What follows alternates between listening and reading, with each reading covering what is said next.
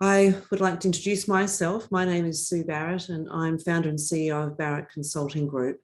And I'd like to actually welcome everyone to our 2022 Sales Trends event, Decarbonizing Sales Operations. What I'd like to do is begin with acknowledging our traditional owners and custodians of this land who have a rich and continuous connection to this country.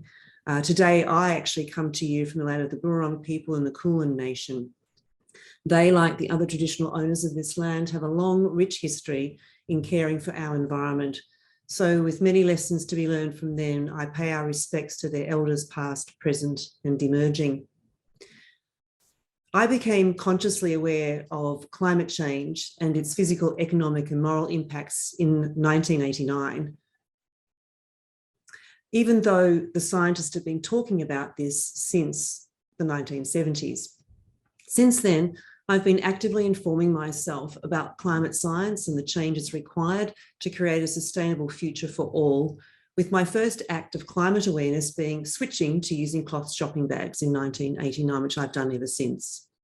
My family, my company, and my team have been steadily working towards decarbonising our homes, our lifestyles, and our business operations. We've been doing lots of other things too to drive down our consumption, reduce the use of plastics and paper, and minimising waste. We've been recycling and reusing where we can, as well as making buying, selling, and other business decisions based on the impact on the climate and our environment. We've signed up to join relevant pro-climate action business and community groups and built networks and with others committed to creating clean, renewable, sustainable, and viable economies and societies. One of our biggest investments yet was in 2013 with the development of our Sales Essentials online program. It's an education platform and it's transformed all of our training materials into online resources, thus avoiding printing over 3 tons of paper. Recently, we also applied to become a member of the UN Global Compact. I would also like to highlight that the first issue of the Barrett 12 Sales Trends report published in December 2009 was actually titled No More Business as Usual. Sales Trend 10 actually was a report on what was sustainable selling. It was about forging cultures that are based on legitimate business relationships which serve the environment, people, businesses, and communities. We have talked publicly about the topic of sustainability and climate action ever since. In 2020, our Sales Trends report was titled The Time Is Now, which was a clarion call to highlight that the world's house is on fire and we're running out of time to take purposeful and decisive action in how we do business and sales that create a sustainable and environmentally healthy future for all. Ironically, in 2020, our Sales Trends report was published a few short weeks before the catastrophic 2019-20 bushfires that devastated Australia. And here we are, looking at the 2022 trends off the back of a global pandemic, with the wheels of change getting into high rotation as our sense of urgency for real action is at an all-time high. With more and more investment funds, businesses, communities, and some enlightened governments calling for urgent and immediate action, for example, at least 50% reduction in CO2 emissions by 2030, I am reminded of a saying attributed to Vladimir Lenin: there are decades where nothing happens and weeks where decades happen. We are now in the metaphorical week where decades happen. All the scientific and economic reports state that we have 10 to 15 years to solve this global issue if we are to keep our temperatures below 1.5 degrees of warming and avoid consequences of an uninhabitable planet. Getting to net zero by 2050 will be too late. When it comes to the economic case to decarbonise, the numbers speak for themselves. In Australia, over the next 30 years, if the current emissions policies remain, meaning we do very little, the increasing economic damage of climate change will cost the Australian economy at least $1.89 trillion, or roughly 4% of projected GDP per year.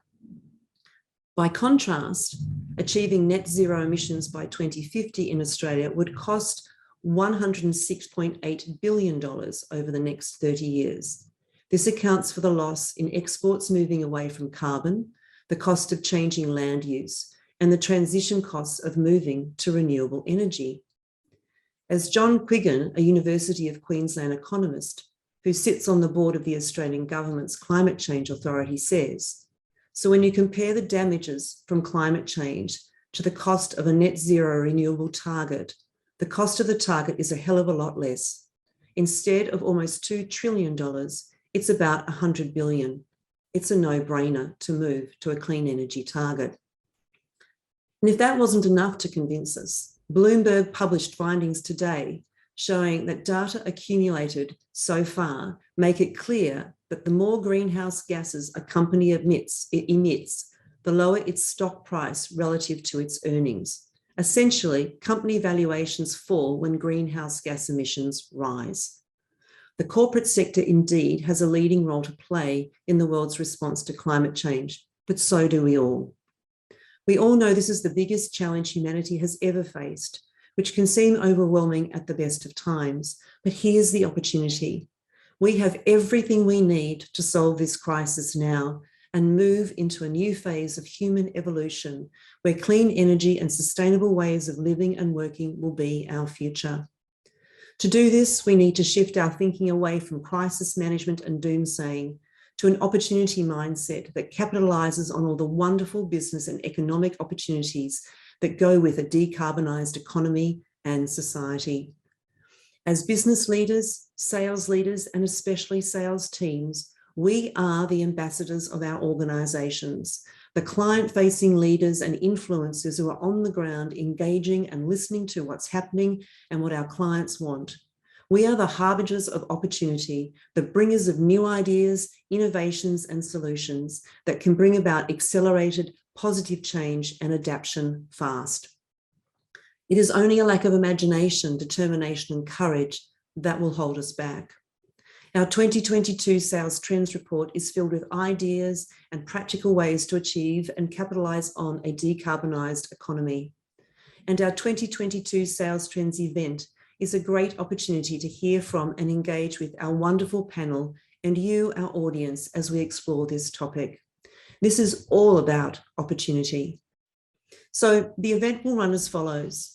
First, we'll be in conversation with our panel, focusing on some key questions around this important topic.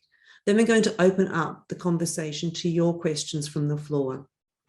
Please feel free to post your questions at any time in the chat section, and Jens Hartmann, my colleague, will manage these accordingly and feed them to our panel.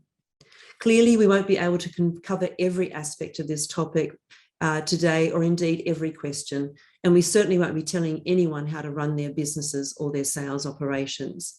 Instead, we trust that this event will spark ideas, confirm your hunches, validate your decisions, and showcase the things we can do now to capitalise on these amazing opportunities that come with a decarbonised, renewable, clean energy world. So what I'd like to do now is introduce you to our wonderful panellists. First, it's my privilege to introduce you to Cathy Mcgowan. Cathy came to national attention when she won the seat of Indi as an independent in 2013. The community backed her again in 2016. And in 2019, Indi made Australian political history when Dr. Helen Haines was elected as Indi's second independent woman. During Cathy's time as a politician, she actively worked in Parliament to develop policy around regional development, constitutional change for First Nations people, and the solution to indefinite detention of asylum seekers. In 2019, she was awarded the Accountability Roundtable Award for Political Integrity. She is an Officer of the Order of Australia, a Churchill Fellow, and a sixth-generation farmer living happily on her farm in the Indigo Valley in northeast Victoria. So welcome, Cathy. Thank you for being here. My second privilege is to introduce Keith Badger. Keith is a company director, investor, philanthropist, advisor, author, speaker, and year-round ocean swimmer. He is a fellow of the Chartered Certified Association of Accountants in England, and during 25 years' experience with US multinational public corporations as a finance director and CEO, he acquired deep grounding in diverse cultural and business practices, living and working on 4 continents. Keith owned a successful recruitment business for 15 years and in 2010 packed a backpack for a 5-month walk, 2,801 kilometres through the British countryside. He now sits on several not-for-profit boards with a focus on helping shape a more sustainable world. And now we have Jo O'Reilly.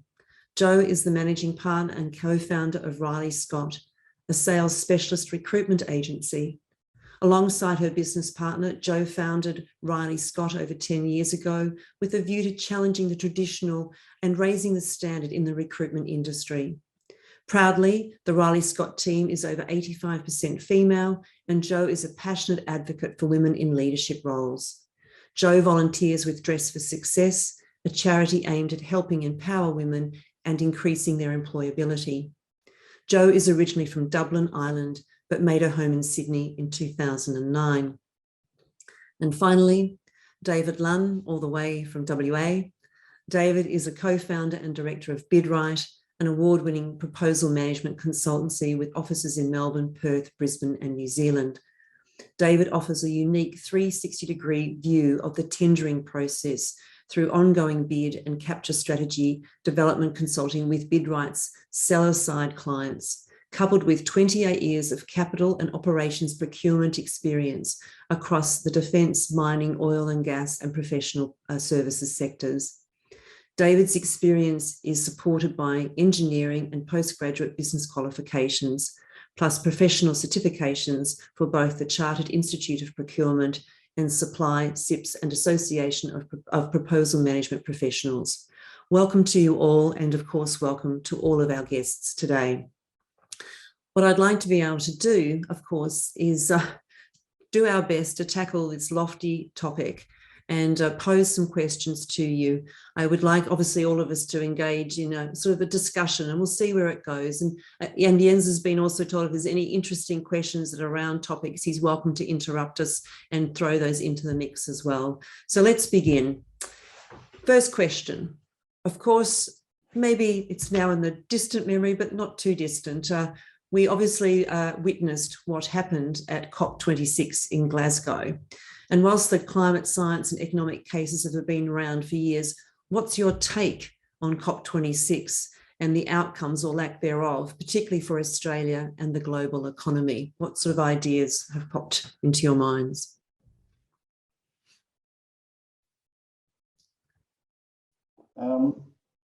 I guess as someone who's been particularly focused on the transition that we need to go through over the past 10 or more years, I was obviously I was disappointed, but more than that, I was really felt insulted that this was described as the Australian way, that we're actually not going to do anything, but miraculously we're going to get to net zero in 2050.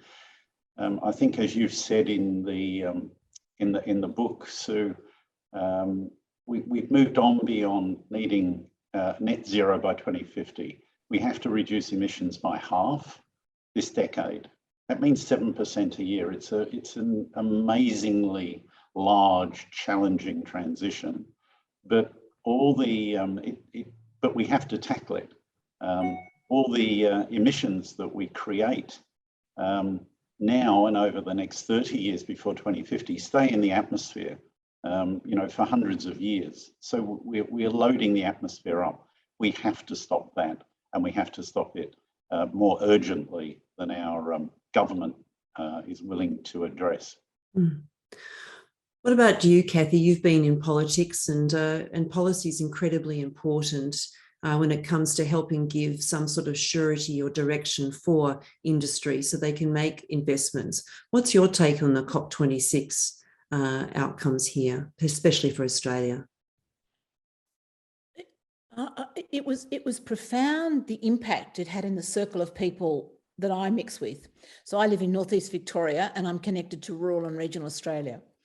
And I think that listening daily to what was going on and hearing the stories, there was an amazing shift has taken place. A realisation that it's no longer an optional extra, a realisation that the Commonwealth government is not going to step in, and discussion about, well, what are we going to do? so it was a sort of like accepting of the responsibility that if we don't act, and then how do we act? And then we've always had discussion about what people were doing, but people are now actually talking about what's going on. And I'll just give you in a much more, they're talking politically about it, but I don't really want to do that tonight, but I'll talk about agriculture. So for example, there's an organisation called Meat and Livestock Australia, MLA, and it's the major research and development arm. It's funded by government. It's also funded by producers. And MLA produced a document to become net zero by 2030. It landed in our letterboxes last week. And it's profound in its acceptance of responsibility for not only agriculture and meat and methane, but for farmers to go and have conversations with every other farmer about how do we do this. And agriculture's never done that before. It's never actually put a call out to engage, to accept responsibility. And the thing that just so challenged me, but also excited me, was the first 2 pages of this document was written by a woman consultant around how do you have deep emotional conversations with people. And it was a beautifully illustrated, easy to understand, explaining that facts often don't work. You've got to engage with emotion. But I have never seen agriculture do that before. And I've never seen mainstream, huge male-based industries step into that space. So while COP was in a whole lot of ways a movement, I think the impact it's had in my circles is being, earthquaking in its actual act. No, this is fascinating. In a moment, I will explore more some of the things that are happening in the different areas, but I think this is really telling. David, what have you noticed in terms, is there anything sort of coming through when you're looking at tenders and what people are looking for when it comes to organisations stepping up and adopting these COP26, or at least, the intentions of COP26? It's funny you should raise that, Sue, and thanks for the opportunity to be part of this great process. But I actually had something pop into my LinkedIn feed today, which was just so perfectly timed. This is the first time I've seen it, and it's actually a request for, and this is a resource company, looking for someone to join a procurement team focusing on innovation, decarb, and automation, right?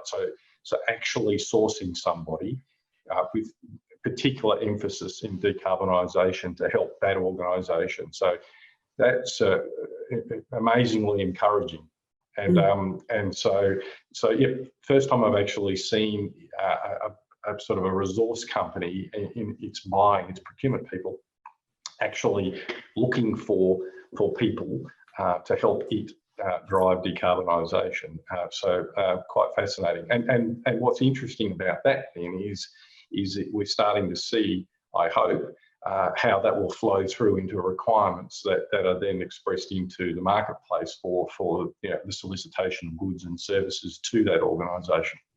So maybe Sue, maybe we're starting to sort of see that pivot, because until quite recently, and I think we've talked about this before, that it's not been, there's not been a real lot of momentum. There's been other corporate social responsibility focus areas, modern slavery and things, but decarbonisation hasn't really been a feature of organisational buying, as far as I can tell.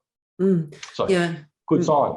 It is a great sign. And I know that, as I said in the opening address, we've been talking about this openly, publicly, since 2010. And whilst, it may have just passed through to the keeper for a lot of people, I think there's a momentum happening, there's a movement happening where we're starting to see this happen a lot more now. People realise the implications of all of this.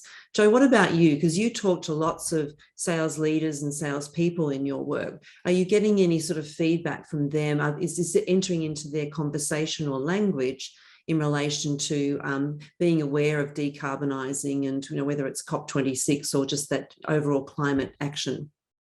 Yeah, we definitely are. I mean, just to go back to your original question, Sue, around what we're seeing around the COP26, irrespective of the recruitment arm to it, I suppose the inaction by Australia, or the kind of perceived sitting on their hands, has had a little bit of a backlash in the sense that they are, particularly here locally, been put on the spotlight for it. So although I suppose their attempt was to try and hide behind some other countries, I think it's actually had probably the opposite effect from what I'm seeing anyway, not necessarily in my capacity in my role, but just from a general perspective.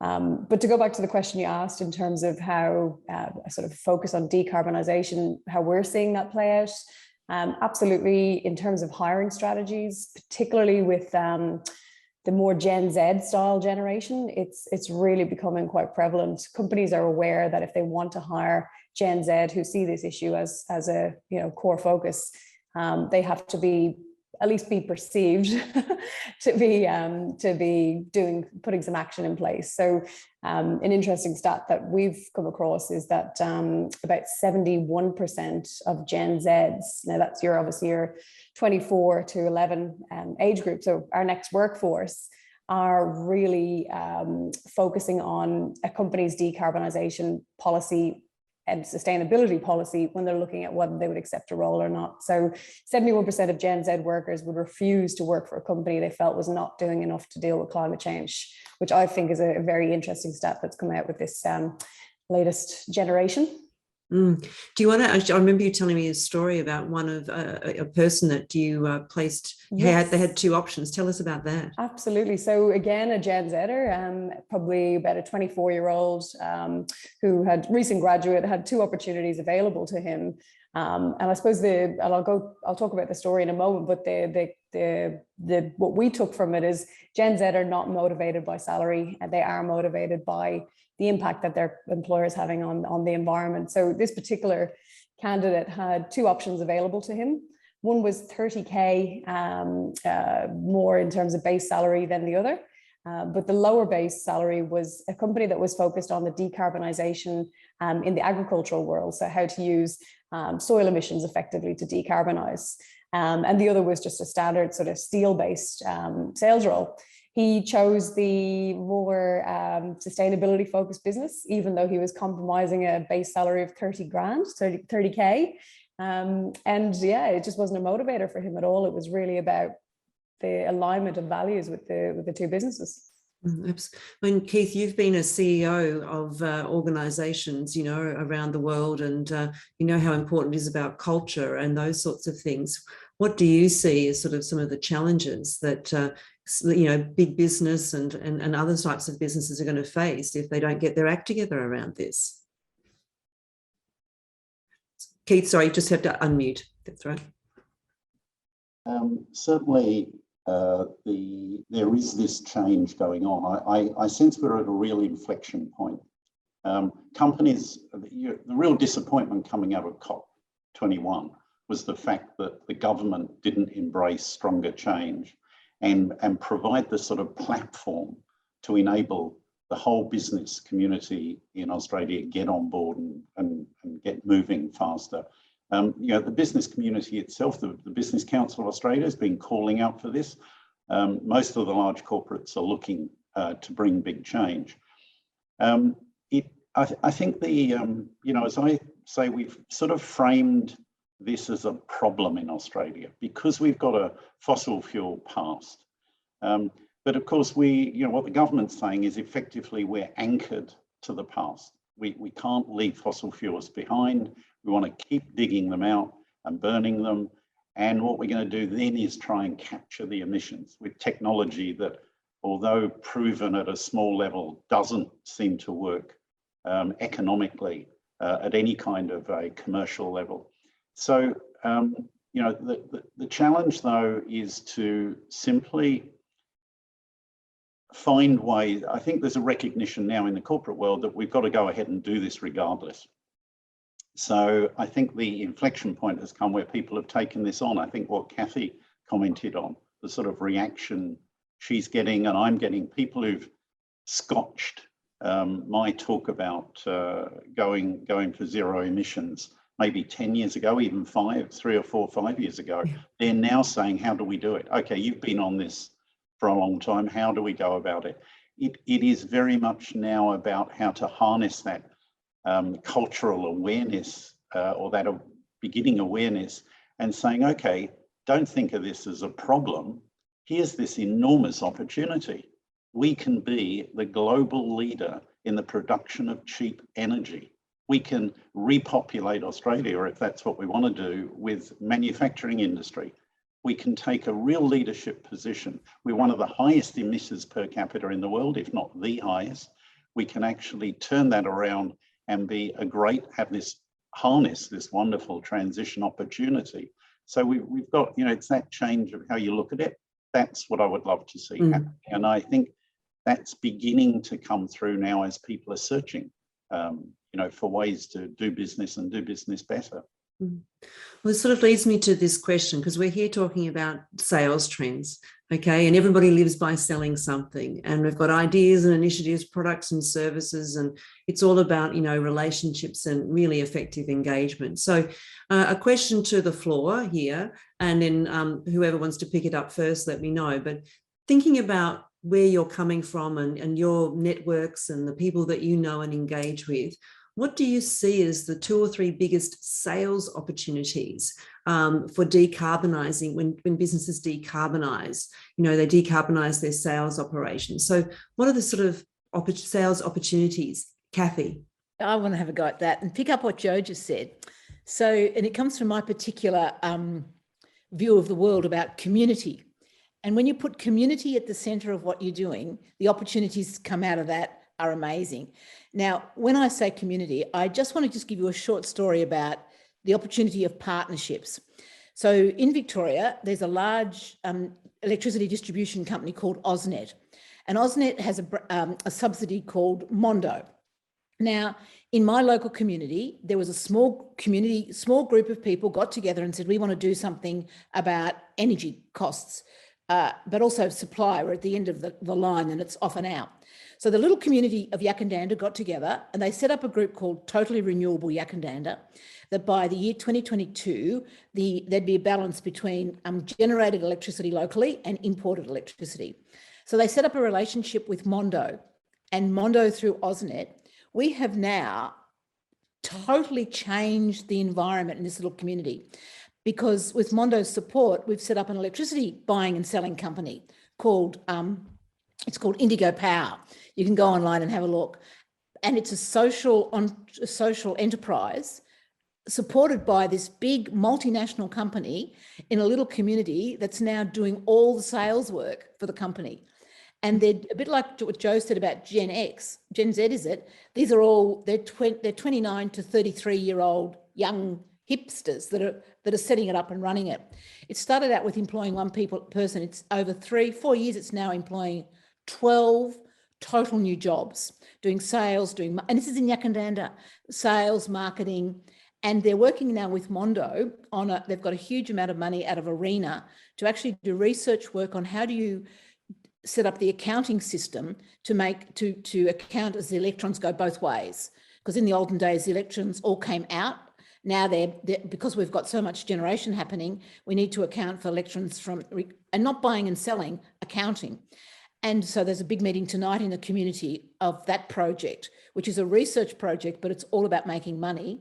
But the community involvement, the community marketing, the community sales of it all is what's going to absolutely make a success of it, because you get about 150 return on the smallest amount of investment. So I just wanted to put that out there as like, it's innovative. It's never happened before. And it's so exciting because the community gets it, industry gets it, and the innovation that comes through those partnerships is what's so exciting. Well, it's very interesting you say this, Kathy, because we've been talking a long time about the new competition is collaboration. And these partnerships that you're actually talking about are incredibly important. And it reminds me also of one of the items that we've put into the Trends report, which is called green shoring. So we've heard of offshoring and nearshoring. Well, there's green shoring, which is really about, pulling people in and working locally, just like you're talking about in Yackandandah. And also too, it means that, new jobs can, be, created in these sorts of areas, and people can work within their local communities rather than all being sort of head office based. So it's this really interesting dynamic now about looking at how we work together, how we collaborate and have these amazing partnerships. Great story. What are any other thoughts? What are the big sales opportunities for us out there for decarbonising? I think, Sue, as well, the fact that there are more companies out there that are considered green is just naturally going to lead to more sales jobs that are decarbonizing. I don't know if you're aware of the stats, but I just did, through my own research, saw that the patent data around green patents is at 10% at the moment. So total patents, 10% of them are made up by green businesses or green innovations. And that's up by 6% on the previous 20 years. So I suppose just naturally, there's going to be a lot more companies and a lot more things to sell that actually have that decarbonized focus. One of the examples that I thought was really, really interesting was a green cement. I wasn't aware of this, but cement is considered like one of the largest emissions of carbon, as you might be aware. I wasn't. And essentially, this green cement initiative has basically enabled them to take the clinker, which is obviously a component in the cement, out of it, which has actually cut their emissions by a factor of 6, which I thought was fascinating. So I suppose just in terms of the availability and the attraction to those products, I think that's just going to naturally mean there's going to be more sales emphasis on those type of products than there was, say, 10, 20 years ago. Absolutely. And I was just thinking, you mentioned earlier, David, about innovations and tendering processes, and often they can be stifling of innovation or, salespeople or businesses bringing ideas. Where do you see the sales opportunities looking at, that whole, when you're looking at the tendering process as well? So when we're looking at how we decarbonise. It's a great question. Let me start by kind of talking about what we see at the moment, and I'd have to say that by and large our tendering landscape in terms of its appetite to accept innovation, be able to evaluate innovation is still fairly limited, to be honest. I mean, every single invitation to tender that I see has a question in there somewhere about, please tell us about your innovations, and it's always vague. It's always pretty clear that it's a bit of a tack on. It's usually not going to influence the sourcing decision, but it's a bit like a nice to have.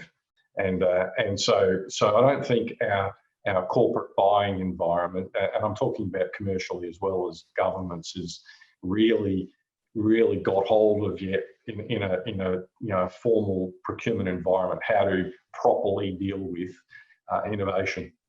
But the green shoots that we do see are some changes in how organisations are going to market for complex services and complex goods.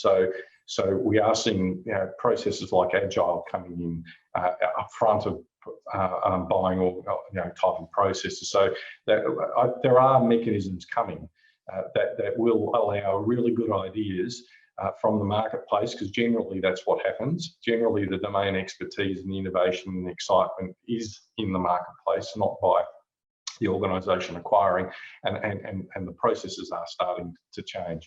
But realistically, Sue, I think we are a good many years away from great decarbonisation ideas being leading opportunities for sourcing and selection of contractors and suppliers, and then I guess be able to deliver those sorts of benefits. You mean with the current way it's structured and framed at the moment? Yeah. So if we wanted to accelerate absolutely. that, we would have to change and open that up in some way. And the biggest issue then, and it always is the biggest issue, and it's the biggest kind of complaint, is around probity, fairness, the good governance, making sure the processes seem to be fair and not rewarding inappropriately. Now, my personal view is they can exist quite happily, but our processes at the moment don't typically allow a really great idea that wasn't solicited in the first place to actually find its way through the process and the buying process and actually get rewarded through a sale. Oh, absolutely. Well, Keith, you've come from accounting in the background and cost management and all of those sorts of things. How can a business help create its own sales opportunities or be open to sales opportunities as organisations to really capitalise on this decarbonisation? It's a good question. So the challenge I mean, first of all, I think we should recognise, I think what Joe said earlier, you know, this is an enormous opportunity to actually attract the best people to your company.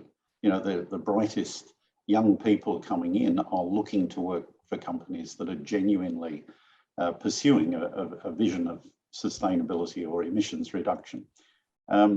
With that, also on the other side of that equation is that the companies themselves, the large companies, are now, I mean, I was shocked, even Woolworths, I think, was using their marketing and advertising dollars to say, you know, we're a green, low emission, we're going to be a zero emission company. Now, there's opportunity there to sell into that. If you can present yourself as a genuinely aware, not an organization or not as a salesperson who is saying, I can deliver you that, but as somebody that has genuinely adopted this into their ethics, into the way they go about this, then you have a greater opportunity to sell. I mean, one story I heard was, I have a son who's working at Deloitte's, and they've recently had one of the large ASX top 20 companies come to them and say, we need to reduce, you know, we're taking on a net zero emissions policy, and we need to reduce our the emissions that our customers and our suppliers produce, what's called phase 3 emissions. So, and they're asking for help in how to do that. So again, if you're a supplier into those companies and you can say, okay, come to us and we can guarantee you a zero emissions or a emissions program that's going to reduce from whatever it is today down to zero in the next maybe 5 or 10 years, you have that much better opportunity to sell into those companies. So, and other than that, you know, it's a time for agile organizations that can harness their creativity. There's enormous opportunity.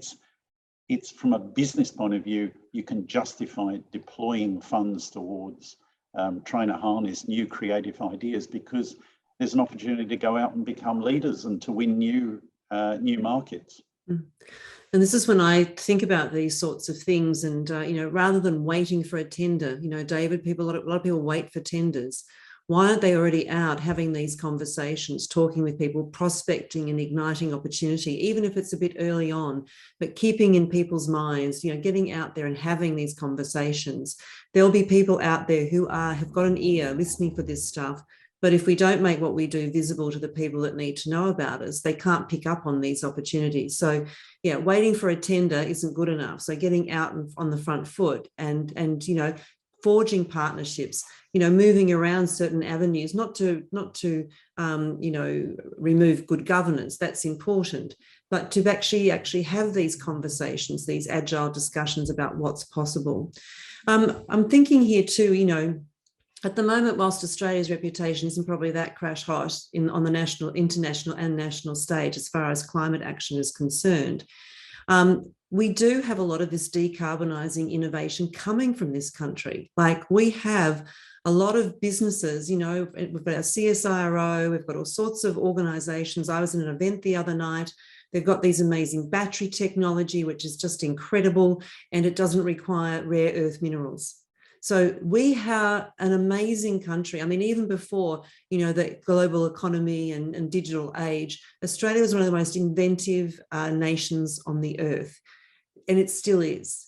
So where are we excelling? Even though we might hear the doom and gloom and the this and the that, and we have a bit of a go at what's happening with the pamphlet, you know, the Australian way, where are we excelling? I mean, I'd love to hear about rural Australia and other things that are happening. What's giving us a real positive, you know, look forward into the future, you know, hope for good work and good sales and good business?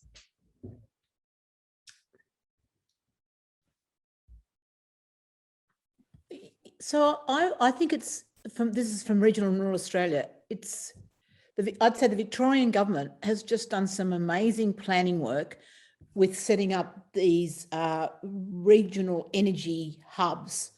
and then bringing that together. Now, I'm really interested in the economics of all of this. But for example, I had a conversation, there's a group called the Committee of Ballarat. And the Committee of Ballarat brings together, it's a huge networking group for around about 150 members. It's self-funded, it employs its own executive. So they're at the moment in the middle of this, so I'm wanting to talk about infrastructure and social infrastructure as well as the commercial infrastructure. So the Committee of Ballarat had a meeting because they're really caught at the moment, because one of the consequences of this electrification of the world is that we've got to build new, huge high voltage transmission lines. So Joe, when you're talking about concrete, I didn't know about this, but at the moment, say in Victoria, our power comes out of coal burning fire stations and goes to Melbourne. But now the electricity is going to be generated in the country, and it's got to come to where the manufacturing is. So we've got to build new, huge transmission lines to do that, which will cross country, and then nobody wants them. So it's a really, and government, the federal government is not leading the way with that infrastructure, because they're $1 million worth of buying the land, getting the authority up, and then constructing these power lines. Anyhow, it's happened in a small scale in Western Victoria, and there's been a lot of community unrest about it. They don't want these new power lines going through their place. So AusNet again and Mondo have had to work really closely with the community and local government and everybody to do it. And what is the innovation that I've seen is, because they've had to do it, they've had to create these new relationships with industry and actually understand what you were saying about how much electricity do we need? How are we going to supply it?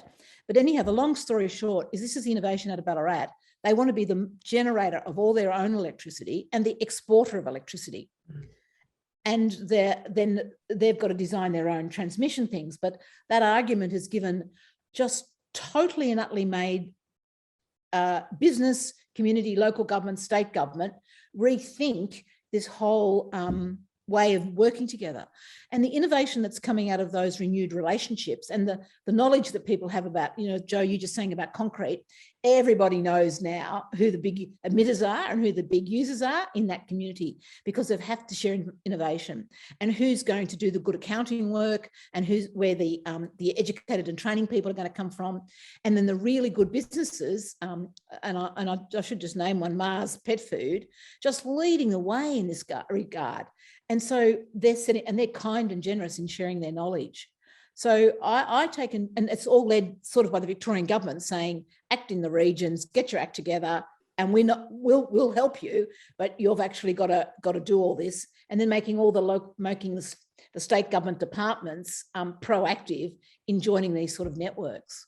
So exciting. Well, it comes back to what I was saying earlier about this sort of green shoring, where we actually have lots of local hubs, lots of all these sort of local areas of interconnectivity, literally from an energy perspective, but from a human perspective, from a business perspective.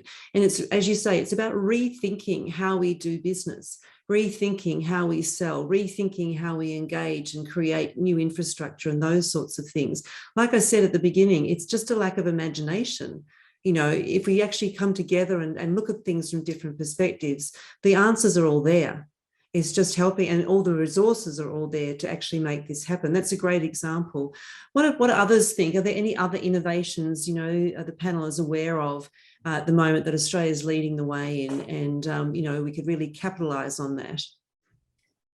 I don't know if it's necessarily leading the way globally, but I was impressed by the stats around the number of ASX companies that have committed to the net zero and the increase in that.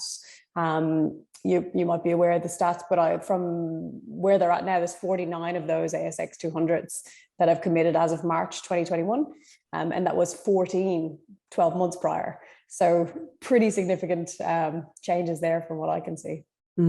Yeah, well, this is kind of comes back to the weeks where decades happen, doesn't it? Where we're starting to get this accelerated change, and it's just about getting action and traction. Keith, you're on various boards and look at innovations as well. Is there anything that you're noticing in terms of patterns of either behaviour and attitude or actual real innovations coming through?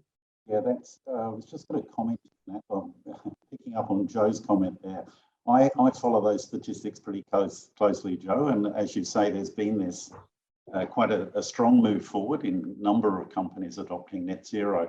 I think more importantly almost than that, or as important as that, is that I would say probably 4 or 5 years ago and before that, anyone talking about this, there was a strong suggestion that they were greenwashing. They were putting out a message that they thought people wanted to hear, and it helped them avoid the limelight. What's happened in the discussions I've had with some very experienced people in the sustainability field is they've seen those companies actually go from that, if we say this, it'll get people off our back, to actually, we really believe in this. We'll go net zero. But it's what we now call green wishing. There's no tangible transition plan behind it. And that's what they're struggling with. So they put this out there, net zero, and people go, yeah, net zero, I can invest in this company, but they actually don't have a plan how to get there. The third step in that process is the sort of things Kathy's talking about in regional Victoria, what I call green working. We go from actually into engaging with the work. And as Sue mentioned at the start, I spend some of my life looking at the investment world, and I've been particularly involved with some people who've been researchers and commentators on that ESG industry, as it's called, the environmental, social and governance measures that companies are evaluated by. And as one of them said to me, who's been probably the longest working in that area in Australia, having gone into a business, as he says, way too early, about 25 years ago, into producing ESG research, all of that ESG stuff, which is now absolutely baked into the investment process. Every financial advisor wants ESG information. It's actually produced just about zero change in terms of the actual impact companies are having. Now, that is just beginning to change. People are now beginning to say, don't talk to me just about, some overall ESG rating. This company's got an 8.5 out of 10 rating. That's meaningless. Talk to me about how much water they're saving. Talk to me about what emissions they've reduced in the last 3 years. Talk to me about, those sort of specific characteristics. And that's really encouraging. And I do think that if there was just a more favorable national or federal political setting, that would really flourish. I get the sense people really want to go for this, and we're getting the support at a state level, we're getting a support at a city level. We just need someone to hold that at a national level and give them a sound basis to move forward on. But I think it's exciting. I think there's real change. As I say, I think we are at an inflection point. If I can just let people know in our session today that on around page 17 of our report that we've put out, there's some great tables there from Climate Works Australia, and they have a 138-page report, which of course we've only included snippets of, that will give you a lot of very practical things you can do now. Because I think that's the biggest issue. A lot of people think, what can I do? What can I do? But there's a lot of work that's been done by various bodies around this country and, of course, internationally. So I would like to encourage people, there's some good tables there, things that you can actually look at. Jens, do you have a question for us? Yeah, we got a question from the audience that I think could fit in here. You're just talking about, what is influencing sales organizations at the moment. And another factor that has influenced sales teams in the past few years obviously has been the pandemic. So the one question from Sean Mitchell here is around that topic. Has the pandemic provided a silver lining whereby organizations, and particularly sales teams, have now seen the capability of remote meetings, sales calls, or will there be a rush to return to face-to-face meetings? So I think the key question is here, what are these changes that we're seeing, and which are the ones that are worth hanging on to, and what other things are there that when people are asking for practical tips that we may have already done without being aware of how practical they are and how sustainable they actually are, to stick to them even when the pandemic is hopefully at some stage behind us. Okay, so it's will we just, like a rubber band, go back to where we were before the pandemic, or have we been through this where we're going to actually see a more hybrid or discerning use of in-person or remote meetings and things like that? Anyone want to have a go at that? And David, that'd be interesting for you too, from that tendering process and things like that. Okay. Yeah, I'm here. Here I am. Yep. Interesting, not that long ago, I was part of a procurement forum that was talking about essentially around how the electronic means and to support procurement and essentially going to be sort of hard baked into the future of procurement. And a lot of those initiatives came as a result of necessity through the pandemic. And I was so it's not just things like less travel and virtual meetings and things, but electronic mechanisms to transform essentially the way organisations are buying, the way approvals are made and the like. So there's absolutely no question that the procurement function will see improvements that then have some, I guess, decarbonisation as a consequence because of the pandemic, as without doubt, Sue. So it's good. It's a really good question. Yeah, what we're noticing and what people are sharing with us is that to get meetings set up with other key stakeholders, technical experts, etc., this kind of medium is much quicker and really effective to actually get faster decisions. So whilst it's nice to see people in person, and yes, there'll be those meetings, we are seeing definitely a shift to more of a hybrid approach. So certain meetings where you do go in person, but a lot where you actually have things like this happening because of the speed, the ease of getting decisions made, and so on and so forth. So, and also that clearly will have reductions of people traveling, if they're not having to use fossil fuel vehicles or aeroplanes and things like that. And even when we get into, full electrification of cars, it still would save a lot of time. So it is very interesting to watch this happen. Any other thoughts from the floor in terms of, Jo, what are you hearing from your sales peeps that you talk to all the time in relation to what's happening to how they sell? Yeah, well, I had a conversation with a sales director client of ours just recently.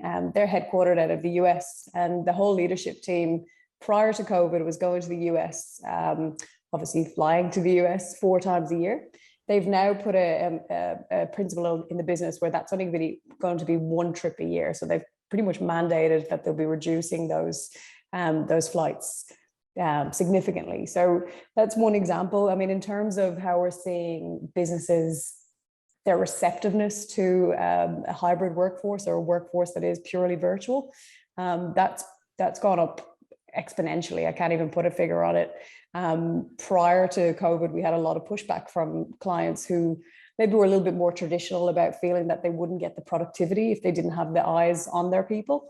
And that's, I think, the proof is in the pudding, in the sense that they've seen productivity sustain, if not go up, with people working remotely and working from home. So from my side, it's definitely, I see, the COVID impact and the virtual workforce that's resulted out of that has been a really positive thing. Yeah, we've had to do, we've done various training courses now to actually help skill people up, particularly salespeople, in actually how to organise themselves remotely, how to present, how to engage, how to do all sorts of things. And there's a lot of skill involved, and it is important to help set people up technologically so they actually have a really, good experience and so on and so forth. But yeah, people are getting used to it now, and they're finding actually it's not half bad. They can actually make it work. Any other thoughts from the floor in terms of what you're seeing in terms of workplace changes and its impact too on reduction in carbon emissions?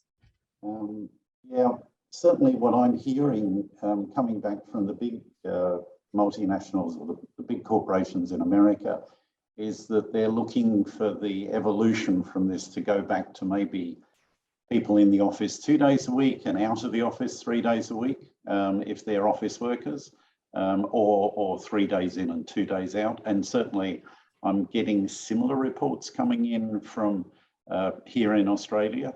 I know certainly I think again, the younger demographic are certainly saying we recognise that this is so much better. We don't want that wasted time commuting in and out all the time. It's making them they feel more productive and easing their quality or improving their quality of life. But the other overarching thing that comes from this, which I think has been perhaps the biggest outcome of the COVID, is people have realised that transformation can actually happen very quickly. We can change dramatically from the way we look at the world and the way we action it. You know, in the environmental world, they often refer back to when people say, "Oh, you can't change an economy because you'd have to take 5% of the economy economic turnover to do that." And people go, "Yeah, but Second World War, they shifted 80% of the economy to produce warplanes and tanks and things almost overnight." And so we can transform. We just don't like to think about it. And you need, so in this case, a pandemic occurs. You don't want to have a pandemic, but it has demonstrated to us we actually can be pretty flexible as a human race. And I hope that that's the bit that we carry forward from that. Absolutely. Kathy, I'm curious too, because obviously we're a big country and, traveling and getting to places, and particularly in regional and rural Australia. What have you noticed in terms of adoption of technology to communicate, far and wide, literally, with, the agricultural space and farmers and et cetera? Oh, so it's one of the most fundamental reasons why we need to reform our political representation, because of the failure of the internet in the regions has just been absolutely terrible. So just in my little valley, I don't want to be too negative about this, but it's been so difficult. So just in the last bit, 3 of my neighbours, including me, have all signed up to Starlink, which is Elon Musk's satellite system. So I just said, goodbye, Telstra. We don't want to have anything more to do with you. Your service is appalling. Your government regulated services never worked for us. So there's been I get worried about Starlink because it's all the space junk and litter. Oh, but my God, I was on ADSL and I'd get 1 megabyte, whatever it was, and no upload. And now I've got infinite, and we're actually sharing it between one subscription and sharing it. So, just high jumping into something else to make that work. So that's one thing. The second thing that's happened is there's been, in terms of staff, Joe, and this might interest you, there's been just this most mammoth movement of people. So a local bank, their senior management all got hijacked. They can still work from home in Albury-Wodonga, but they're now working in Melbourne. So they got hijacked, offered lot more money, Melbourne prices, Melbourne salaries. And that's wonderful in a way, but we've been left with a whole level of management which we can't fill anymore because we just haven't had the training. The university sector just is failing us totally. So we haven't got the people to fill that gap of these people now working in Melbourne or overseas or anywhere else, because they can work, because that distance is gone, you can now work for anywhere. So this labour force issue is just everybody I know. It's not just hospitality, which is the obvious one, but it's senior management has just been absolutely, I don't quite know where we're going to get with it, but it is that conversation in Christmas parties that we've been having. And then the third thing that I just want to briefly say about what it means for rural and regional Australia is where you do get that leadership, for example, MLA, Meat and Livestock Australia. And Meat and Livestock Australia was going to be up for a hammering with environmental, because of the cows and the methane. My God, they've jumped in and they've provided such leadership. And because they're doing it, they're actually now leading the whole community in a conversation that the government has failed to do. But where you were in the olden days, 2 years ago, being green was an insult. The National Party played it off. If you're a green, you're a baddie. I think that's just gone now. And the National Party in itself haven't actually realised that when you've got these major organisations leading the charge for climate action, you can't. Well, I'm going to be fascinated to watch how it plays out, because the National Party, certainly in Victoria, has just missed the boat on understanding where the constituency is. So the constituencies become green, and there's an organisation called Farmers for Climate Action. They've got hundreds of thousands of members. And it's just like, what? Where did that all come from? So in summary, we've jumped onto this multi-million-dollar satellite system that's working for us, that's got great ecological problems, I'm sure.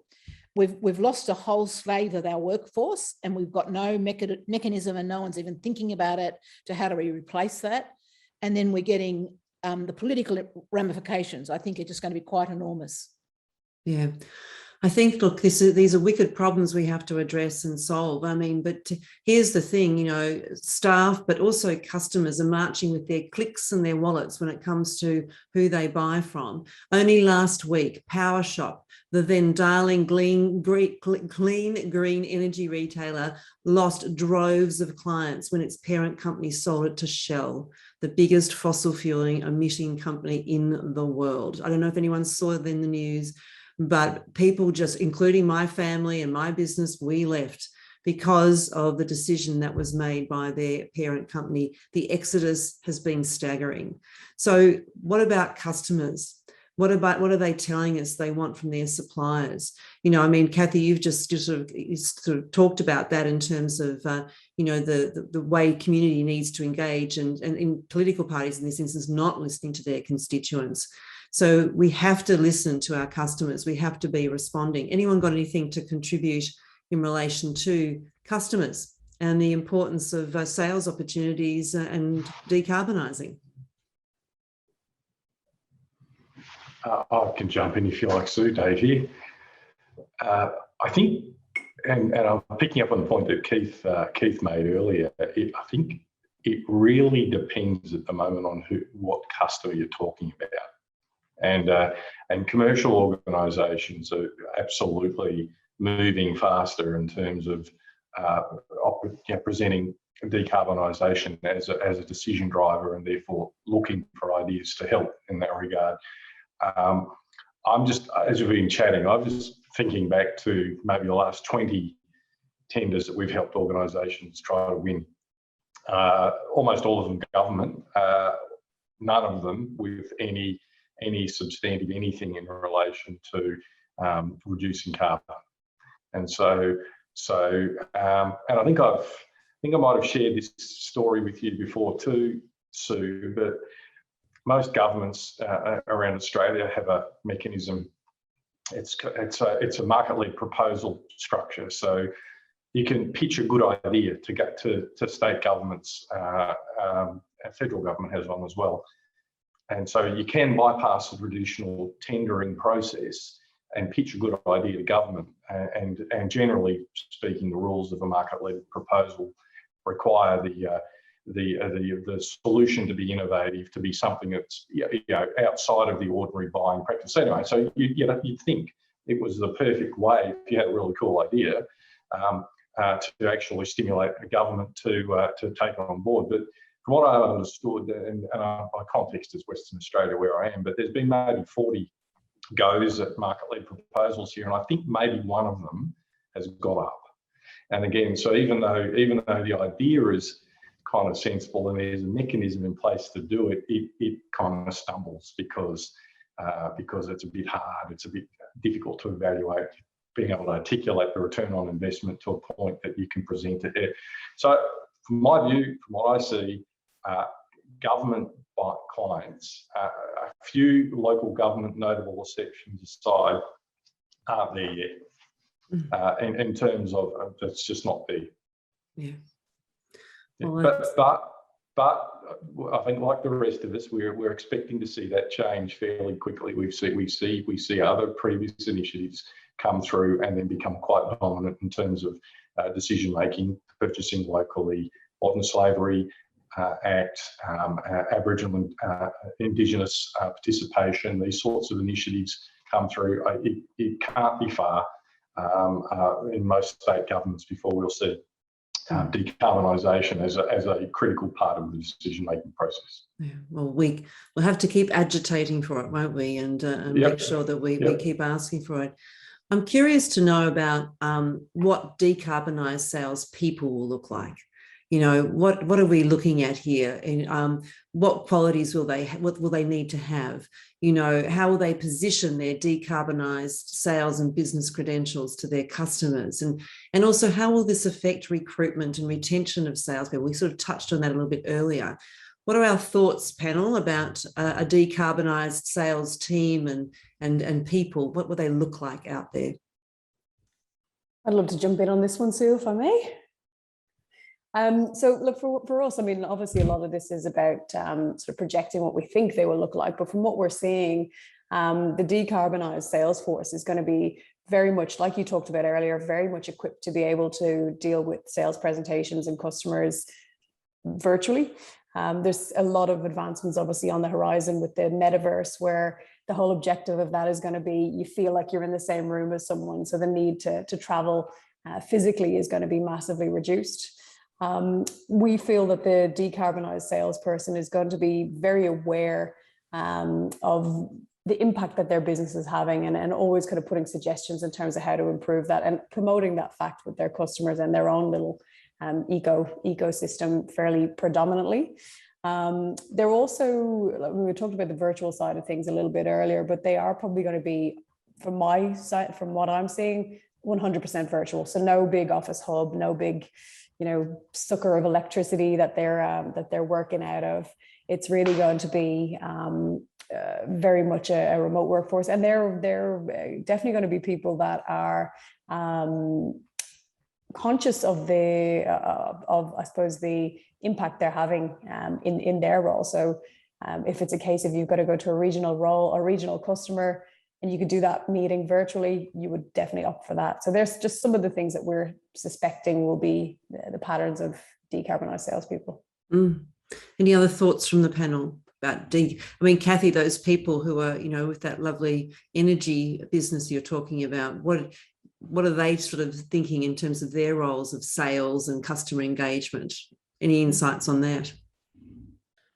Yeah, well, I went online last night and had a bit of a look at what it was, but I can't.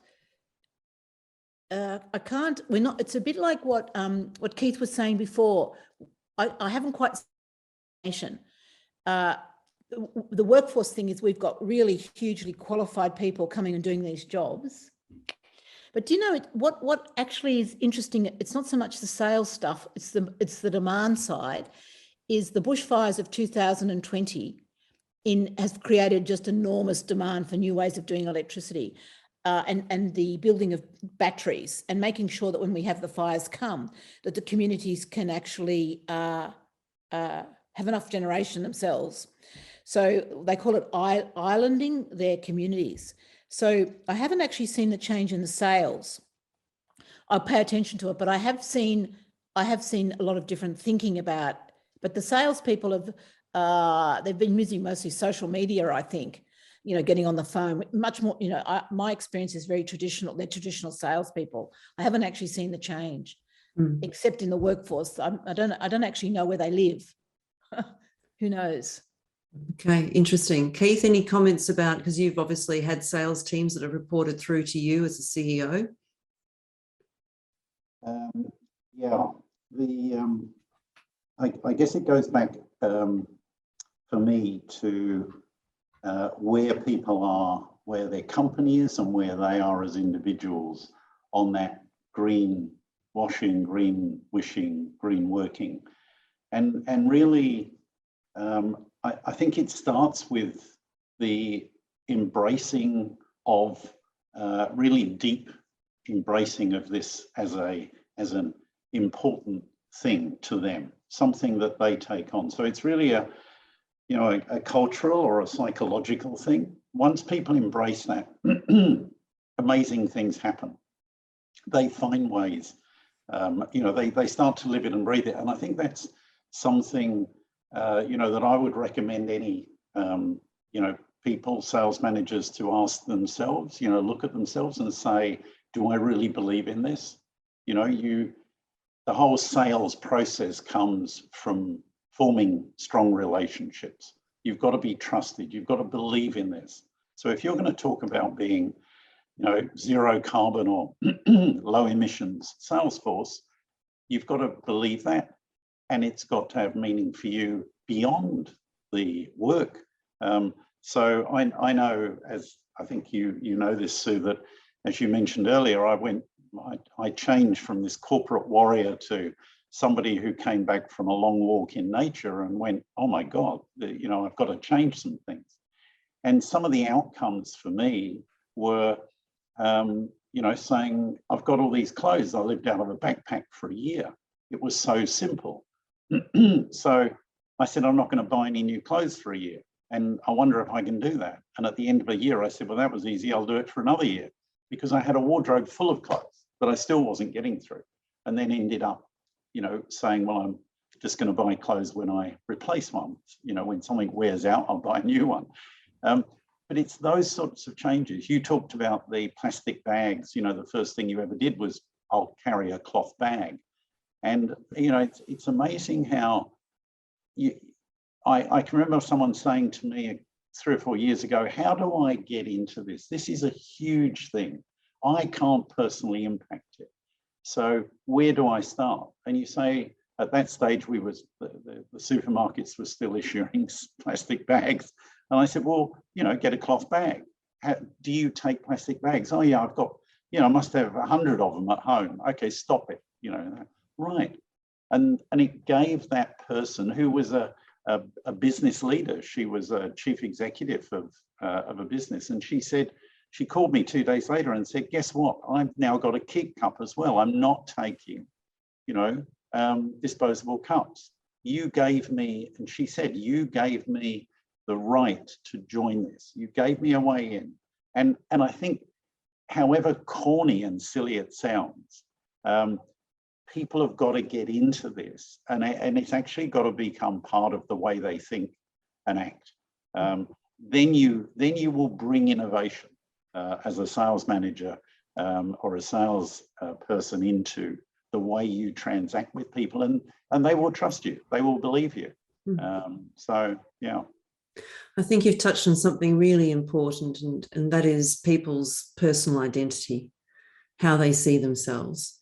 And back to, I think it was Kathy who said earlier, people being labelled a greenie was seen as something bad for most people. And, because it's been weaponized. And so it's made it very difficult for people to then say, well, I do this. What if I get ostracized by my community? But I think, helping people understand what they can practically do, be it personally as a citizen, but also too as a business, as salespeople, as leaders, and not be ostracized for it, but actually have it be a virtue, having it be something that really is honorable and dignified and doing it for the greater good. And, what's for the greater good is also for your good, it's for all of our self-interest to do all this sort of stuff together. Jens, you've popped in. Have you got another question for us? Yeah, I've got a question that just relates to that very topic you're discussing, Keith, by Louis Carmani. And he writes, our company is not in the power of carbon, but we have now already fully implemented a work from home system and reduced travel and introduced digital spend. Not that this is interesting for our customers. What does the panel think about other initiatives a company should aspire to that would be interesting for its customer? Because I think that's really a critical question here. How do you make this, what you do, relevant for your customers to not just engage them, get them to accept it, but maybe even benefit from it? What I was sparked when I was listening to that is thinking about what Kathy was saying about partnerships. How you reposition partnerships. It's not supplier and customer, it's a salesperson and buyer. It's working together. It's my sort of thoughts. I don't know who wants to sort of take that a bit further. Yeah, Kathy. Yeah, I'll have a go with that, because it's such an interesting question, isn't it? Because I'll just give you, I talked about Mars, which is the confectionery, but also they make animal products, animal food. And they've got a big factory in Wodonga. And when I was a member of Parliament, the Mars family, which is an American family, they're a private family company, did a huge amount of work on the company and its environmental credibility, just because, exactly as you're saying, Keith, they wanted to do it. They weren't forced to do it. So the implications were for the Wodonga branch was they got everybody together, the unions and all the workforce, and they decided that the number one thing that they could do as a company was reduce their landfill So about 5 years ago, they set a target to have zero landfill out of the Wodonga factory. So as a member of parliament, they invited me to come along and we had a look at it, because I had never thought about landfill from a factory, but of course all the waste food goes somewhere. You know, if there's a problem in the manufacturing, where does the tins that are bent or don't work, but also the tins needed to go somewhere, and the packaging needed to go somewhere. Anyhow, within, I think it was 5 years, they've got zero landfill coming out of that factory. Everything is reused. And it was so successful, and they're so proud of it, that they've now moved on to the generation. I'm not quite sure, I've lost track a little bit about what their power things are, but you know, their renewable power target. So now I don't know, I know it's made, that we're all very proud of them. They're very proud of what they do. Their salespeople now go around to schools and talk about landfill as an example of environmental work in schools. Oh, but my God, such effective, you know, sales is that. So I think that, so landfill was a shock to me, because I never realized how big landfill was and how manufacturing contributes to it. So changing that just one thing has made such a big difference. And I know now we have community festivals here, and they have, and I'll finish with this little story. So, or before COVID, we had community festivals. So we had zero landfill coming out of those community festivals. And in one particular community at the Crossroads, they got they collected all the wheelie bin rubbish bins, spread them out on the tables, and they had volunteers on rosters with gloves and stuff going through the wheelie bins, sorting out the rubbish. So in the end, they had maybe, can't remember, thousands of people go through. They had one wheelie bin of landfill. Everything else, but they had to resort it, because people just chuck things out. And it was the public resorting in the prominent place of the festival, and having local people do it. Then you could queue up, and you know, you could do your bit of, you know, community service by sorting through the rubbish. But oh my God, such a powerful lesson. To change your attitude about landfill. But this is all about visibility. This is about making this stuff practically visible in, as you say, community. It's amazing. So I've got two hands going up. So David, you next, and then Keith, go. All right, okay. Hey, look, it's a terrific question, and kind of, Sue, cuts to that each party, the supplier and the seller, being a leader in this space, which is sort of what I talked about in my piece for your trends report. So here's, I guess, the situation, if I'll just quickly paraphrase, is this organisation's done some really great work internally. So, you know, removing emissions, doing some great work themselves. The question is, how do I get my customer to notice? And perhaps what else can I do to make them notice? And from our perspective, this is a fundamental issue around how selling in a sort of a tendering context is this function of understanding and empathy with that client and what their needs and issues are, combined with what we're doing and then the proof of our results. And so just as an example, right? So maybe this client isn't aware of the fact that there are these things called Scope 3 emissions. And maybe they're not ready yet to start reporting that, but perhaps you could point out to them that the benefits that they could, and maybe you could point out to them that some of their competitors are starting to do that. So creating a need by reflecting on issues is the first step typically in sales, right? So that's the conversations that salespeople would have. That's certainly how you would pitch that in a tendering environment. And the fact that we're then improving, and to use, I guess, Keith's language, we're green working, we're already doing it, we're not just aspiring to it, creates the credibility that the proof that we are substantial, not ideas. So I think that's, to me, that's exactly the nub of the problem.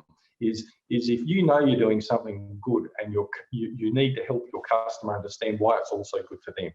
And maybe not them, but their customers. Yeah. And so part of our big strategy is always to look through our customer to their customer. Yeah. And so I think that's that sort of market leading if the buyer, the buying organisation isn't quite there yet. No, really good points. Keith? Well, it's actually going back to Kathy, and I just couldn't resist it. She's reminded me of an experience that we had here. We've got a large rambling old home, which was the sustainability decision we made 10 or 11 years ago was not to sell it and move to the country and get away from the city. We said, if we're going to bring change, we've got to do it here where we live, where we know people. So at the time I was recruited on as chair of the board of a postgraduate organisation here in Melbourne.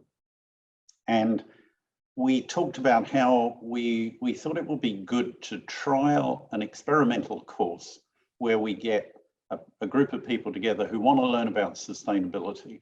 And so we ended up with 10 people on the course living together at this home. We have sort of 7 bedrooms, all the kids had gone, and there were a couple of couples there, and everyone had jobs. And during the week, you know, someone looked after the chickens because we ignored the real estate advisor's advice in terms of, he said, you should put a pool in here. And we said, no, we're going to have chickens.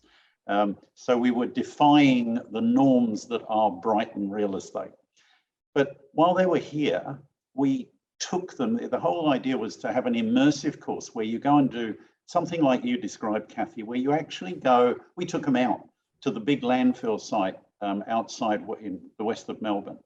And we looked at these vast tracts of land that were being excavated to be filled in with waste. And we just saw this endless stream of trucks coming and dumping waste of all sorts.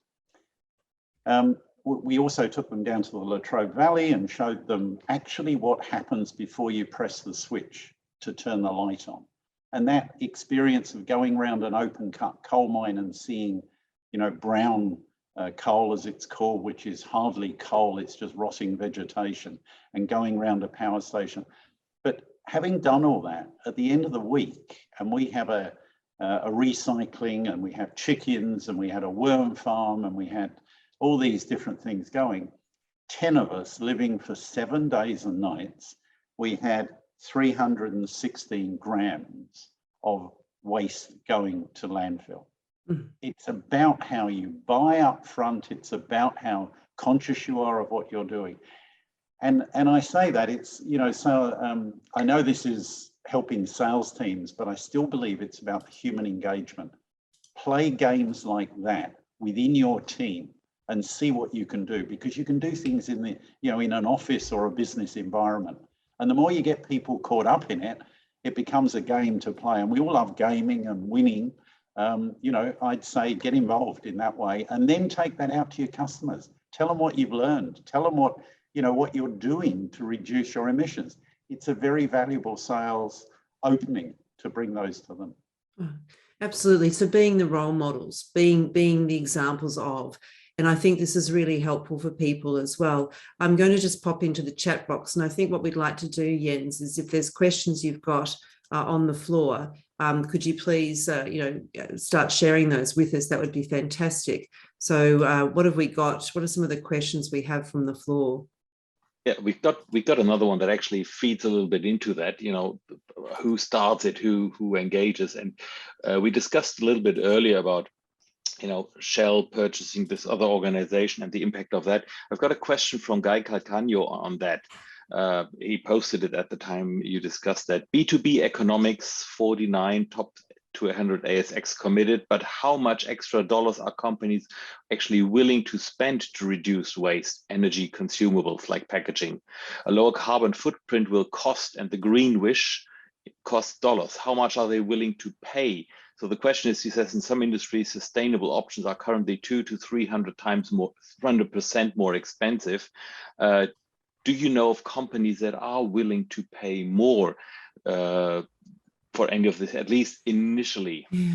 I think what's really important first is you've got to look at what is the cost of ownership of what you're currently doing. And then if you have to pay something more for something, but it actually saves you a lot or helps you make more in another way. I think what's happened is a lot of people don't know how to talk about good cost management and real value. And that creates a lot of challenges. I'm just going through and I'm trying to remember where it is at the moment in the report, but I do know that there's something here that, here's an example, Rewiring Australia, this is on page 15 of the report, have done the math. For a 5-year total investment of $12 billion, Australia could re-subsidise electrification of Australian homes, create $300 billion in savings, and cut domestic emissions by 33%. So we don't want to look at this as you know, adding cost. This actually could help us significantly reduce cost enormously. I don't know, other thoughts from the panel. What are your thoughts on here in terms of how we look at cost savings, or if we're prepared to pay a little bit more, but it saves us a whole lot more? What's the thoughts from the panel?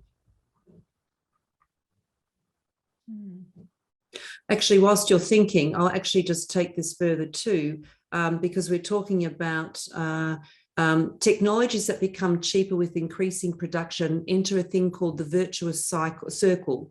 More deployment equals prices falling, competitive in new markets, demand increases, more deployment. Solar power, onshore power and offshore wind all follow what we call the virtuous circle. However, the cost of electricity from fossil fuels and nuclear does not follow that type of pattern. That's because in this case, the cost depends largely on two factors: the price of the fuel they burn and the operating costs of the plant. Neither of these is set to decline significantly. So again, we've got to actually educate ourselves and our customers and people about where are we actually saving lots of money and time and effort and those sorts of things. So Dave here. Yeah. I think like it's a common issue we see all the time in tendering is this idea of additional value. In this instance, the value of lowering emissions being presented in a business case kind of a return context that articulates the value. And most invitation environments don't have much of a structure in which tenderers and sellers can do that. And so, if you follow the rules quite slavishly, it's difficult to make a case. What wise sellers do though is force the business case and the choice and the value as part of their offer. Sure, you say you want this and we could supply you that, and this is what that would look like in terms of a price and a value proposition, but it could look like this with this sort of value proposition with these sorts of benefits, including decarbonisation. But unless the organisation who's selling is on top of that, well ahead of tendering, and have already thought through that, it's difficult to do that in 3, 4, 5, 6 weeks or whatever the tendering period is to try to do that. And so it is absolutely a function of the conversations and sales conversations beforehand, and appetite and interest and understanding that leads to framing that so you can then talk about it. Otherwise, a buying organisation will have no real frame to be able to make a decision like that, even if they perhaps would want to. Keith, you're the accountant in the room. What have you got to add to that? Yeah, I was just going to say, I'll put my accounting hat on. You've got to take cost out of the business. Certainly, it's no good just expecting to roll out and say, we've added a layer of cost to bring you something that is low emissions. It is about being inventive. It's about looking to take cost out. You've talked tonight already, Sue, and I know it's built into the report about the circular economy.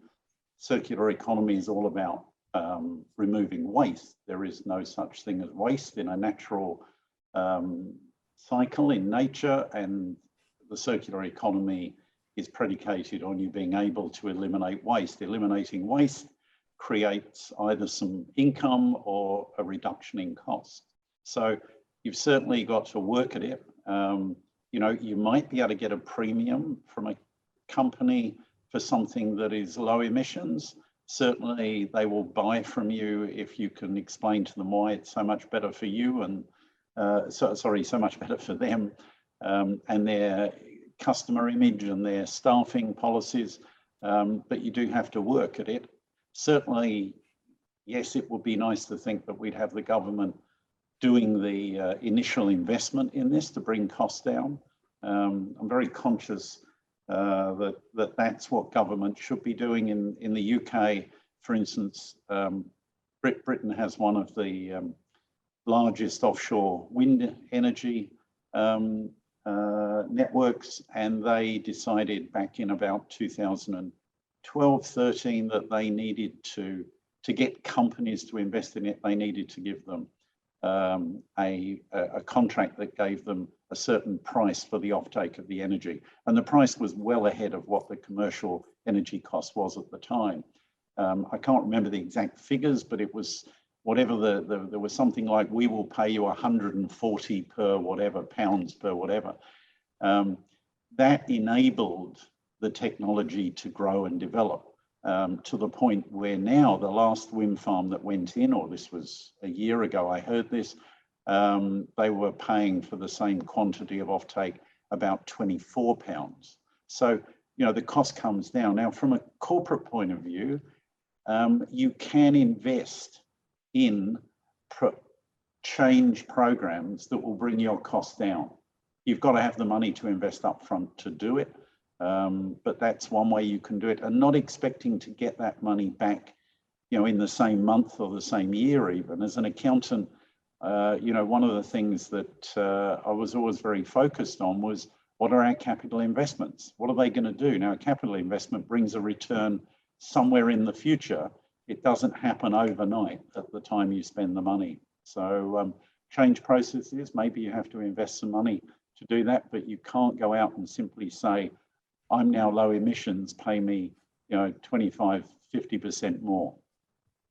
Yeah, you've got to have a good business case and also understand how to present that. And maybe, you know, given that we've been a bit sort of, everyone's sort of been, you know, make lots of money and, you know, the lowest cost or the lowest price, we have to rethink how we have these conversations and maybe update how we discuss and talk about these things. And you know, what I see is, you know, getting people to think about and teaching them how to think about the interconnected nature of systems and those sorts of things. Jens, have we got another question? Yeah, I've got one that's probably really the burning question for everyone from the psychological area, from Robert Cameron at the very beginning. And I think it's really an important one to look at that one.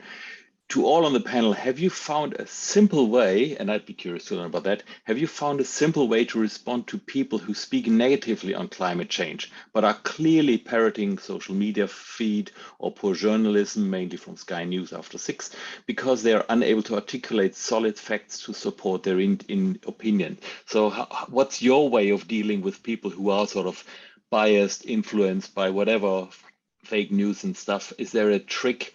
Because obviously evidence-based content like we're discussing here doesn't usually help with these kind of situations.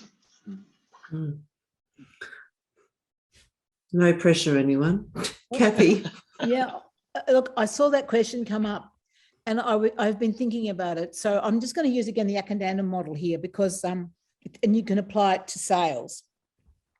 So when we set this thing up in Yackandandah about being carbon neutral by 2022, we did our risk analysis and we knew we were going to be, all those people who didn't want it would tell us about it. So we knew all that, so we didn't go there. So what we actually did was, as a very small group of people, we started with benefit. And we didn't start with the argument, we started with benefit. So we actually did a little fundraiser and we got a little bit of money and used that money to put solar panels on the fire brigade shed, and it was a gift. And the fire brigade shed then had lowered its electricity cost. And we said, well, can you put this into a revolving fund in the town to, the money can be lent to the sports park to put panels on it and the girls' change rooms. And so that money is now going around the community. But what worked was everybody could see the benefit of what we were doing. And so when we came to get bigger stuff happening, we didn't have to make the argument.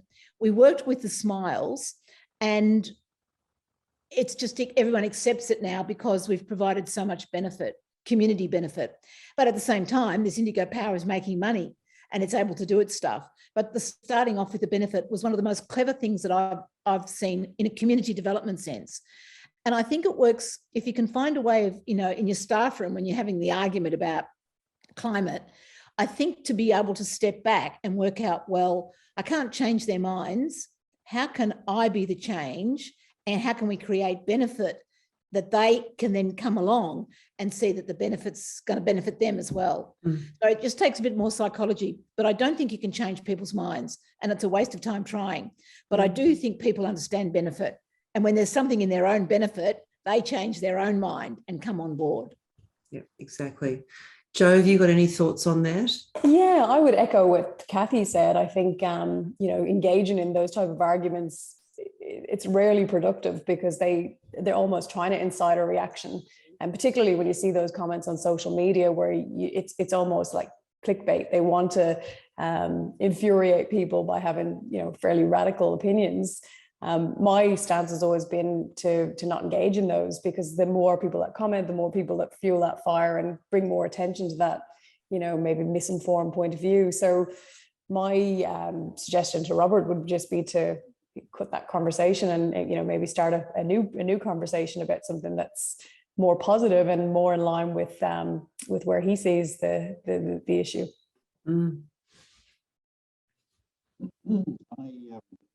I would certainly agree, Jo.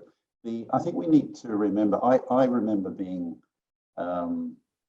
so energized after my walk and this, I'd had this life-changing discovery I wanted everyone to know. And within about a year, I'm a member of a rather robust group of people, the Brighton Icebergers, and whose unofficial motto is strength through humiliation. Everyone gets put down if they try and step out of line. So certainly within that first year, I was rebadged as the Reverend. And I realized I was way off track, because I could be spouting this and it just closed them down. And they would joke and at my expense. I think the thing to do when if you feel frustrated, which still happens to me, at times, dealing with people who are maybe denying or maybe just trying to poke you. I understand that all the research shows now that there's something like 80% of people in Australia believe this is human-induced climate change and things should be taken, action should be taken. So as Jo said, don't get sucked into, if you're dealing with that, someone in the 10 or 20% maybe that are still not on board, don't worry. But I think life is, to me, the most important principle in life is relationships, building successful relationships. And as salespeople, that's the key. So I would say don't, cast them out. Maybe try and listen to them. And then, try and ask them questions, about how they see the firestorm that went through, or the flooding, and the fact that there are all these extra major climactic experiences going on beyond anything we've ever experienced, just to try and pull that out and see where they stand if you want to go there. But there's an easier life to be had in dealing with the other 80%, I would say. If I can just say, and for those who we've worked with before and we've done training with and all of those sorts of things, just taking a leaf from what Keith is saying, I think what's really important is that these people, there'll be a couple of reasons why they're doing this. There will be malfeasance out there. There are people who just want to have a go at you, but there's also a lot of people who are really scared and they don't understand, and this is how they're coping with this. So I believe that what we can do is by opening up and listening to them and understanding their perspective. We don't have to say anything. We don't have to offer anything up, but just giving them space to be heard and understood. I have found in those situations that those people share stuff and then I just reflect back to them what they've said. And those who are nervous and anxious and a bit caught up, some of those people will respond favorably to you just simply because you've shown them, loving kindness, to care where they're coming from. And then that's good sales, is to understand someone else and then calibrate how you work with and engage with them. And yes, you'll work out those who just won't be workable, and that's okay, but respectfully just sort of exit stage left, right? And those that actually you still can have relationships with and work with, just be a good role model and good example of this. And maybe eventually they will then start to see, as Kathy pointed out, the benefits of this for them. So I don't want to dismiss people outright. I think we should show some degree of openness and use our very good human-centered, empathic, ethical sales skills and capabilities and our communications to really help and understand them first before we, make judgment.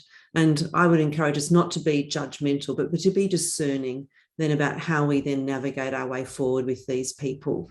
And, there are people I've met years ago who would have, dished on me and all this sort of stuff. And they go, Sue, I'm really glad. Thank you. I know I was a bit slow, but I'm now here. And I'm going, that's fine. We're in. Great. Terrific. So let's still keep the doors open for them. And, there's just the odd person that you might want to steer clear of. But most of them, I think we could probably engage with. Jens, have we got any more questions? As I know we're coming up towards sort of the end of our session. So anything else from the floor? Yes, I do have one question, an anonymous question from someone who's clearly been inspired by all this. How do you become a pioneer in decarbonizing your business, your sales, or even your industry? Okay. All right. Well, can I just sort of kick this off by saying you don't have to be a pioneer. It's already here, ready to go, and we just have to lock and load and put it into play. So pioneering can be quite scary for a lot of people because they don't have a roadmap or a pathway, or they may not feel that they have the capability or the courage to have a go. But there's a lot of pioneers that have gone before us. I would encourage you to have a look at the Drawdown project. If you type in drawdown.org, you'll find this amazing resource of information, scientifically and economically validated, over 100 ways you can decarbonize. And so all of this work has been done. As I said at the beginning, everything we have is now available. It's now making decisions. And I think this, I don't know if I'll quote it correctly, but I remember it was a Lily Tomlin quote, and it says, why doesn't somebody do something? And then I realized I was somebody. So we can all actually take action, whether it's carrying a cloth shopping bag like I started doing in 1989, or it's other things, and as leaders, there's all the stuff is available for us to actually make this work. Are there any other thoughts from the floor in terms of, that's my take on being a pioneer? I'm happy to throw in here, but I've got a story I wanted to share. So this may be business at a bigger level than the person who asked the question, but I think the lessons that are coming out of it are just as valid whether you're in a small company or a large one. During the course of the last year, I became aware of a company called Ørsted, which is the Danish national, as it was the Danish national oil and gas company. So it was a big company and it was all oil and gas. And the company was privatized and it was floated on the stock exchange. And they decided that around 2000, and I think it was about 2013, that they needed to evolve, that the future of oil and gas was bleak. The risk of stranded assets and the business not being viable in a climate where emissions had to be reduced. So they said, we're going to change. And they described the process as the 7 key lessons that they learned going through this transition process as being, number 1, confront your reality in a changing landscape. Number 2, define a sustainable vision. 3rd, engage and align all the stakeholders, both the employees and the customers and every other stakeholder. Mobilize behind the vision, drive tangible actions to get there, and then expect exponential change. And 7th was go the distance. Now, I tell you that what happened to Ørsted, they thought this transition would take them maybe 10, 15 years at least. As of, I think the transition actually took them only 5 or 6 years. The company, the employees really mobilized around it. They started by saying, where have we got expertise where we can have and I think this is the key, we're going to go through a transition. How can we have a a profit model that works. We've got one now, it's in oil and gas, but how can we have one that works, profitability during transition? And when we get to where the vision says we've got to go, that there's a profit model there we know we can operate with. So this company made their transition. They decided that the vision was that they had some skills in offshore wind. They're now the world's largest offshore wind organization. They've gone around the world with their offshore wind technology. The interesting thing for me is their profitability has increased, but the company back in, when it started this transition, was valued at about 20 billion US dollars. And at the same time, BP was valued at about $20 billion. Today, and in fact, sorry, that was just 3 years ago, that valuation. Today, their profitability has increased, but the price that investors are willing to pay to own shares in that company is their, what's called the price earnings ratio, is more than double the price earnings ratio that BP is worth. So today, this company is worth 63 billion. BP is worth 25 billion.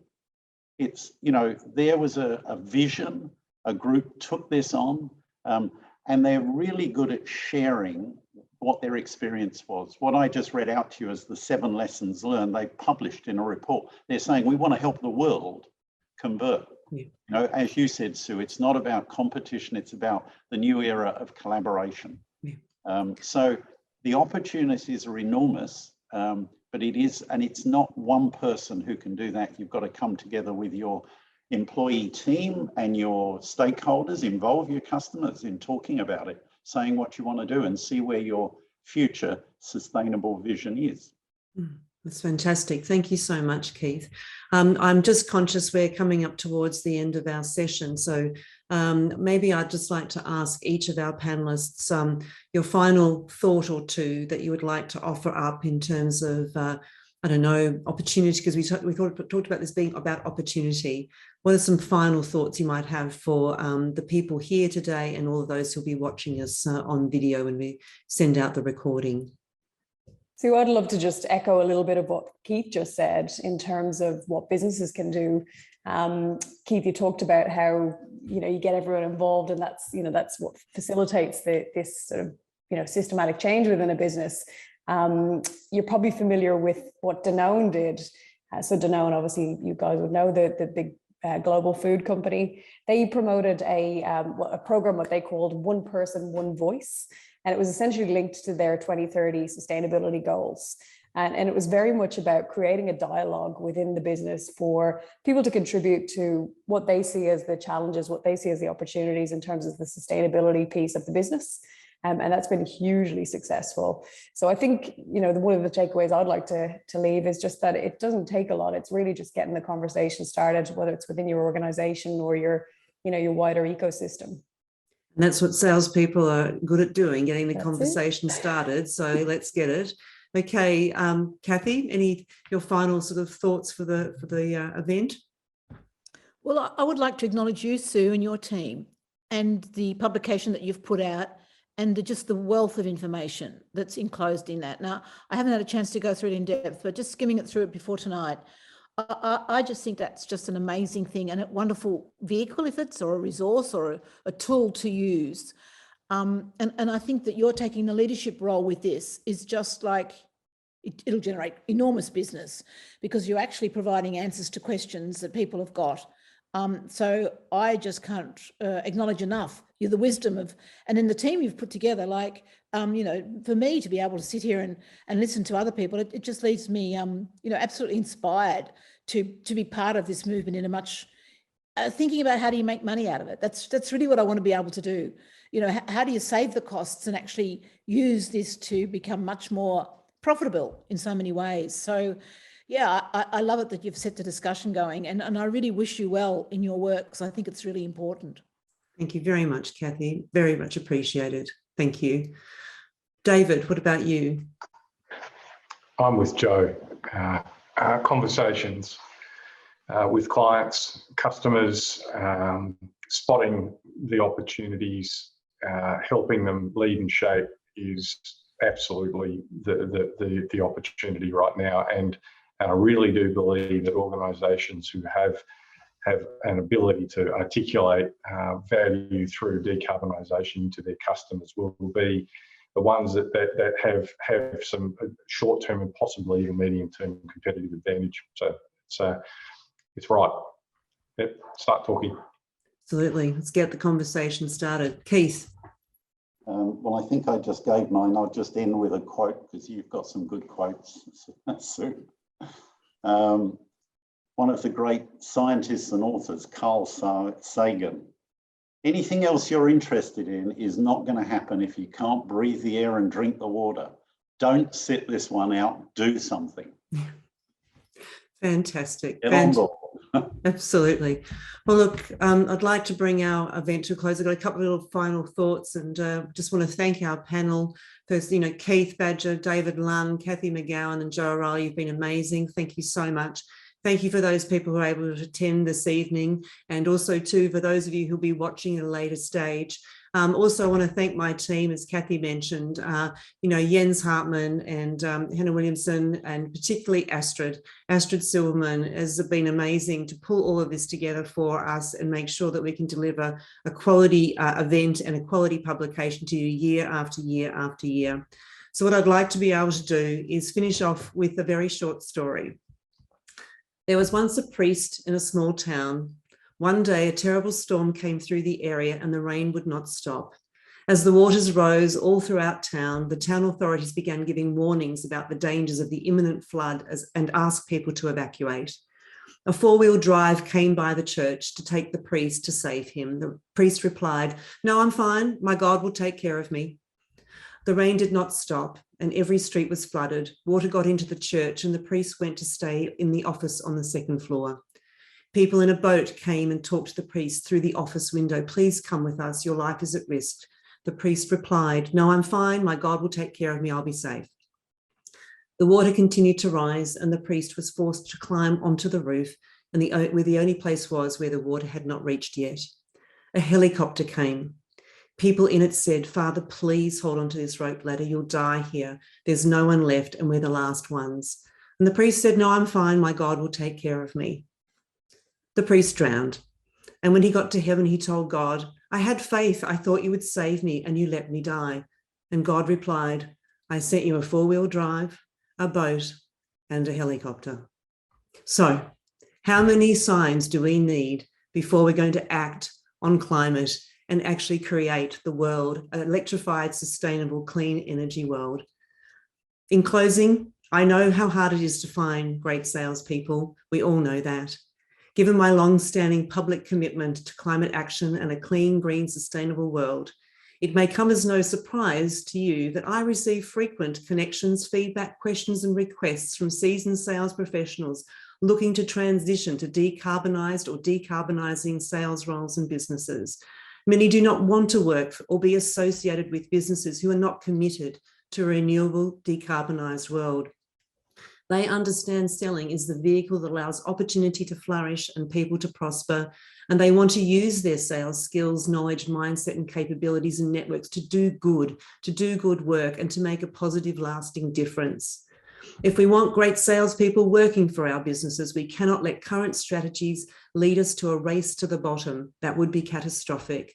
This is a race to zero, a race to embrace all the amazing opportunities and people, salespeople, customers and suppliers that can come with a decarbonised economy and a decarbonised world we can all live and flourish in. So let's step up and take action. What are we waiting for?